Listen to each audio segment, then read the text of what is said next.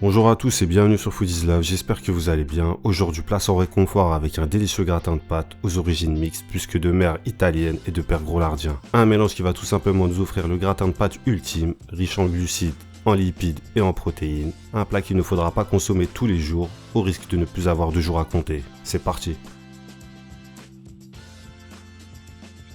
Et vous allez dans un premier temps préchauffer votre cocotte à feu moyen. Si vous n'avez pas de cocotte, un faitout ou une poêle que vous pourrez couvrir feront l'affaire. Dans cette cocotte préchauffée à feu moyen, vous allez verser 2 cuillères à soupe d'huile d'olive. Une fois l'huile d'olive ajoutée, vous ne tarderez pas à ajouter 600 g de bœuf haché, une viande hachée qui fera chuter la température de l'huile et l'empêchera de brûler. Toujours sur un feu moyen, vous ferez colorer cette viande hachée en douceur, car l'huile d'olive n'est pas une adepte de la friture et des hautes températures. En prenant votre temps, vous pourrez tout de même obtenir une fine croûte caramélisée. Et lorsque vous aurez fait prendre des couleurs à votre viande recto verso, vous n'aurez plus qu'à l'émietter.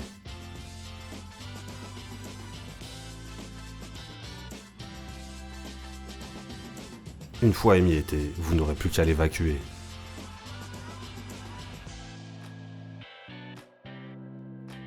Une fois la viande évacuée, vous ajouterez de nouveau 2 cuillères à soupe d'huile d'olive dans votre cocotte toujours chauffée à feu moyen. Et comme tout à l'heure, une fois l'huile ajoutée, vous ajouterez immédiatement un oignon jaune haché. Un oignon jaune que vous allez faire revenir dans l'huile d'olive pendant 3 ou 4 minutes ou jusqu'à ce que celui-ci commence à devenir translucide. Vous pourrez ensuite compléter l'oignon avec une petite carotte que vous aurez râpée au préalable. Vous faites également revenir la carotte dans l'huile pendant 3 ou 4 minutes. Vous mélangez, l'oignon lui va continuer à prendre des couleurs. Et au bout de ces 3 ou 4 minutes, vous ajouterez 4 gousses d'ail pressées.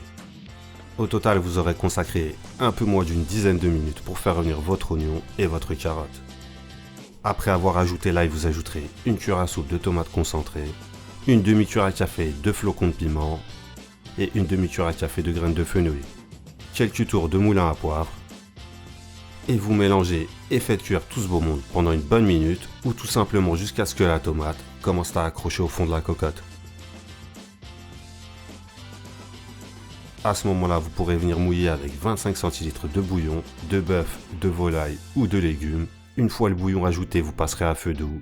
Vous mélangerez et diluerez la tomate dans le bouillon, sans oublier bien sûr de bien racler le fond de la cocotte pour la faire briller et détacher tous les sucs de cuisson. Une fois le mélange bouillon et tomate devenu homogène, vous pourrez faire revenir la viande hachée. Une viande que vous allez mélanger avec cette sauce tomate concentrée. On effectuera un assaisonnement en sel assez léger car vous le verrez tout à l'heure, d'autres produits salés seront ajoutés. Donc pour l'instant, un quart de cuillère à café de sel devrait amplement suffire. Maintenant on va pouvoir compléter la sauce tomate concentrée avec 800 g de tomates entières pelées que j'ai passées à la moulinette et donc réduit en purée. Maintenant on va pouvoir mélanger tout ça avec finesse. Ajouter une branche d'origan qui va embaumer la sauce avec son parfum, puis couvrir et laisser mijoter à feu doux. On laissera mijoter au minimum 1 heure à feu doux voire très doux. Et sachez que vous pouvez laisser mijoter cette sauce pendant plusieurs heures voire toute une journée sans problème. Plus le temps passera, meilleure elle sera. En revanche, il sera primordial d'avoir un couvercle bien étanche sans ouverture pour éviter que la sauce ne s'évapore et qu'elle ne se déshydrate. Donc si jamais vous optez pour la version longue, n'hésitez pas à rajouter 1 ou 2 verres d'eau ou de bouillon pour lui permettre de mijoter plus longtemps. Une fois que votre sauce, ou plutôt votre ragoût de bœuf, sera prêt, vous pourrez le faire patienter sur le bas-côté. Quelques minutes, le temps de porter à ébullition 3,5 litres à 4 litres d'eau avec une cuillère à soupe de sel. Une fois l'eau portée à ébullition, versez-y 500 g de pâtes de type penne, rigatoni ou macaroni et vous les ferez cuire la moitié du temps qu'il faudra pour qu'elles soient al dente. Ce qui signifie que si sur l'emballage le temps de cuisson al dente indiqué est de 8 minutes, vous les sortirez de l'eau au bout de seulement 4 à 5 minutes. Et si vous n'avez rien compris, rendez-vous dans la barre des commentaires. Temps de cuisson des pâtes assez court mais qui vous permettra quand même de remplir un grand et large bol avec 3 ou 4 louches de notre ragoût et qu'on va mélanger avec 250 g de ricotta. On mélange bien jusqu'à avoir associé parfaitement les deux textures. Résultat, un ragoût plus crémeux que jamais, qui n'attend plus que de recevoir les pâtes. Une fois celle-ci arrivée à destination, vous savez ce qu'il vous reste à faire.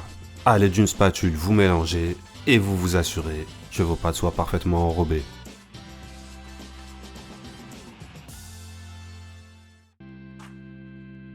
Maintenant, sortez votre plat à gratin préféré et tapissez-le avec la moitié du ragoût restant.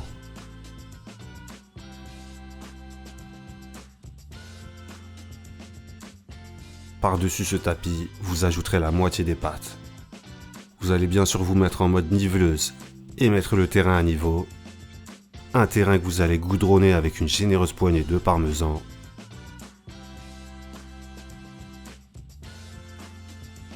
Une centaine de grammes de mozzarella découpée en morceaux. Et quelques feuilles de basilic fraîchement découpées. Maintenant, vous recouvrez tout ça avec tout ce qu'il vous reste comme pâte. Faites les réglages de niveau.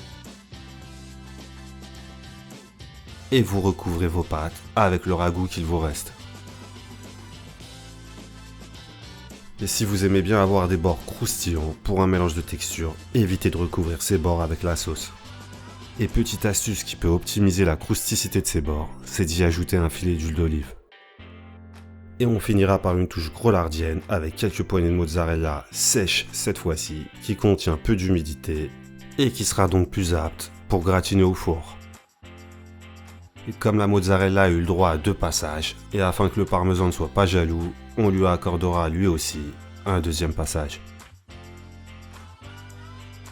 Maintenant, ce gratin va prendre la direction du four chauffé à 190 degrés, cuisson classique haut et bas, et tout simplement placé au milieu du four. Vous l'y laisserez entre 25 et 30 minutes, ou tout simplement jusqu'à ce que votre plat soit gratiné comme vous l'aimez. À la sortie du four, si vous aimez les découpes au carré bien propres, laissez votre gratin reposer un bon quart d'heure, mais si vous aimez juste manger, vous pouvez directement vous servir et passer à table.